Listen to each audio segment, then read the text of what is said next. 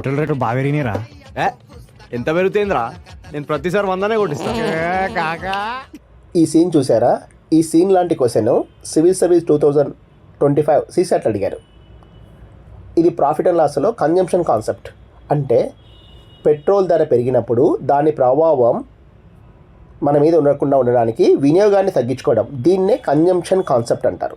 ఇక్కడ క్వశ్చన్ చూడండి ఎలా ఇస్తున్నాడు అంటే, నవీన్ పొలిసెట్ని గమనిద్దాం. చూడండి, నవీన్ పొలిసెట్ ఏం చేశాడంటే 100 రూపాయలు పెట్రోల్ పంపిద్దాం అనుకున్నాడు. ధర 10% పెరిగింది. 10% ధర పెరిగింది కాబట్టి ఒక 10 రూపీస్ ఎక్స్ట్రా పే చేయాలి. అంటే అతడు 110 పే చేయాలి. ఇది క్లియర్ ఓకేనా? ఇది అమౌంట్ రూపంలో చెప్తున్నాం. దాన్నే వస్తు రూపంలో చెప్పాలంటే సింపుల్గా రివర్స్ తీసేసుకోండి.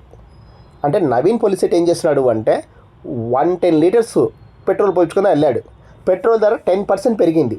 ఈ 10% తన మీద ఎఫెక్ట్ ఉండకూడదని 10 లీటర్స్ తక్కువ పోపించుకుంటున్నాడు.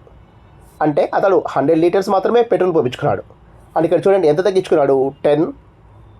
అతడు ఒరిజినల్గా 110 లీటర్స్లో 10 లీటర్స్ తగ్గించుకున్నాడు.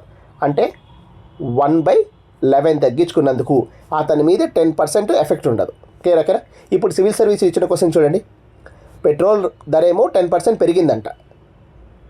ఓకే, పెట్రోల్ ధర లీటర్ 90 రూపాయలు ఉందంట.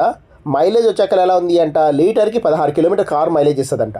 అతడు నెలలో 2200 కిలోమీటర్లు వెళ్తే మన క్వశ్చన్ ఏమంటున్నాడు అంటే నెలలో ఎంత దూరం ప్రయాణం తగ్గించుకుంటే ఎఫెక్ట్ ఉండదు అంటున్నాడు. అంటే చూడండి 11 కిలోమీటర్లో 1 కిలోమీటర్ తగ్గించుకుంటే అతనికి ఎఫెక్ట్ ఉండదు. అంటే అతడు వెళ్ళేది నెలలో ఎంత అంటే 2200 కిలోమీటర్లు వెళ్తున్నాడు. 2200లో 1/11 ఎంత అని అడుగుతున్నాడు. అంటే ఎంత వస్తుంది అంటే 11 1s 11 200s. అంటే అతడు 200 కిలోమీటర్ తగ్గించుకుంటే పెరిగిన ధర ప్రభావం అతని మీద ఉండదు.